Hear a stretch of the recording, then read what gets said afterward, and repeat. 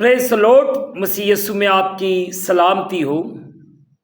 جیسے کہ عزیزو، ہم ان دنوں میں بات چیت کر رہے ہیں رسولوں کے اعمال پہ، اور آج ہم جانیں گے کہ رسولوں کے اعمال کا مصنف مقدس لوقا طبیب ہے۔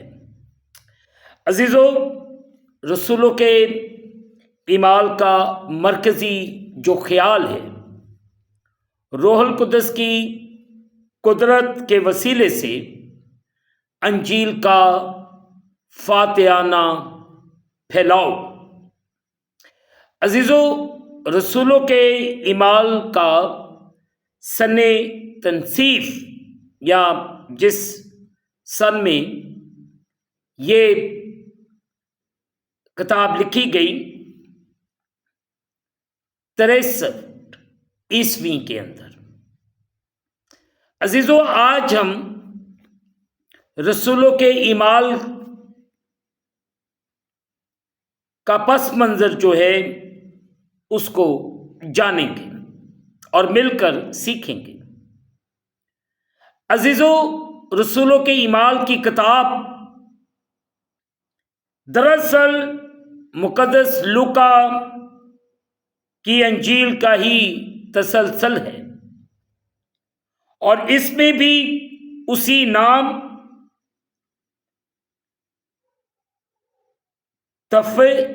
تفلسس کو مخاطب کیا گیا ہے۔ مقدس لوقا کا تعارف ملاقات کی رہی۔ اگرچہ مصنف کے نام کا ذکر کسی بھی کتاب میں نہیں کیا گیا، تو بھی ابتدائی مسیحوں کی کثرت اور دونوں کتب میں پائے جانے والے معاون ثبوت دونوں کتابوں کے مصنف کے سلسلے میں مقدس لوقا طبیب کی طرف ہی اشارہ کرتے ہیں۔ پیارا طبیب، کلوسیوں اس کا 4 باب، اس کی 14ویں آیت ہم مقدس پاک کلام میں اپنی ہدایت و رہنمائی کے لیے دیکھ لیتے ہیں۔ کلوسیوں اس کا 4 باب، اس کی 14ویں آیت۔ تو یہاں پہ عزیزو یوں لکھا ہے، پیارا طبیب لوقا اور دیماس تمہیں سلام کہتے ہیں۔ آمین۔ عزیزو، روح القدس نے کلیسیا کی ضرورت کے مد نظر مقدس لوقا کو خاص تحریک دی کہ سارے مشرق کے وسطی اور سلطنت روما کے ساحلی علاقوں میں غیر قوم سے مسیحی ہونے والوں کی ضرورت پوری کرنے کے لیے وہ تھلفس کو لکھے۔ مقدس لوقا کی کتابیں مسیحیت کے آغاز کے بارے میں مکمل اور بالکل درست بیان مہیا کرتی ہیں۔ نمبر 1، مقدس لوقا طبیب کی پہلی کتاب مقدس لوقا کی انجیل ہے۔ یہ انجیل خداوند یسوع مسیح کی زندگی کے بارے میں ہے۔ نمبر 2، اس کی دوسری کتاب رسولوں کے اعمال، یروشلم میں روح القدس کے نزول، یعنی خدا کے اپنے پہلے پیروکاروں کو مامور کرنے اور قوت بخشنے کے لیے اپنا روح القدس بھیجنے کے عمل کے بارے میں بیان کرتی ہے۔ عزیزو، رسولوں کے اعمال کی کتاب ابتدائی کلیسیا کی نشو و نما کے بارے میں بھی بیان کرتی ہے۔ مقدس لوکا طبیب ماہر لکھاری ہونے کے ساتھ ساتھ ایک محتاط مرغ اور علم الہی کا پرجوش ماہر بھی تھا۔ مقدس لوکا طبیب خدا سے متعلق معاملات میں دلچسپی رکھنے والا طالب علم اور مسیحی ایماندار، اور دنیا کے ساتھ خدا کے تعلق کے بارے میں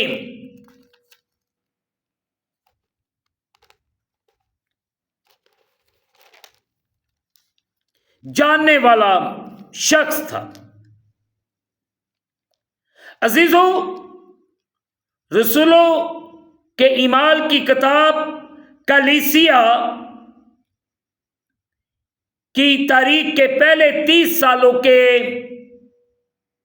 منتخب حصوں کا احاطہ کرتی ہے، یعنی کلیسیا سے مراد مسیح کے پیروکاروں کا ایک وسیع گروہ ہے جس نے خدا کی عبادت و بندگی کو اپنا مشترک مقصد اور مسیح خداوند کے پیغام کے پوری دنیا میں پھیلاؤ کو اپنا مشن بنایا۔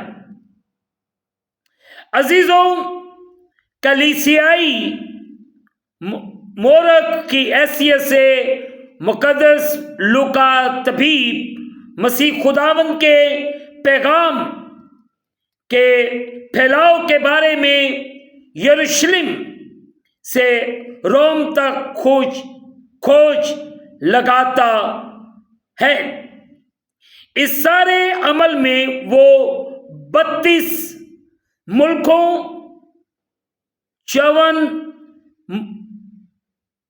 شہروں اور 9 ساحلی جزیروں، 95 مختلف افراد کا نام بنام بہت سے سرکاری اہلکاروں کا ذکر ان کے مخصوص عہدوں کے مطابق کرتا ہے۔ آثار قدیمہ کے جدید ماہرین مقدس لوکا طبیب کی فراہم کردہ تفصیلات کی حیران کن درستگی کی تصدیق کے عمل کو جاری رکھے ہوئے ہیں۔ تاریخی تفصیلات کے ساتھ ساتھ مقدس لوکا طبیب کلیسیا کے ابتدائی سالوں کے دوران ہونے والی مختلف تجربات اور واقعات کے معنی اور اہمیت کو بڑی دور بینی سے بیان کرتا ہے۔ عزیزو، ابتدائی مراحل میں نئے عہد نامے کی کتب 2 مجموعوں کی صورت میں دستیاب تھی۔ نمبر 1، 4 اناجیل، یعنی خداوند یسوع مسیح کی زندگی اور اس کی خدمت کے بارے میں مقدس متی، مقدس مرکز اور مقدس لوکا اور مقدس یوحنا کے مطابق بیانات، اور نمبر 2، مقدس پولس رسول کے خطوط۔ یاد رہیں کہ مقدس پولس رسول وہ بانی مشنری اور مسیحی رہنما تھا جس نے غیر قوموں میں منادی کر کے بہت سی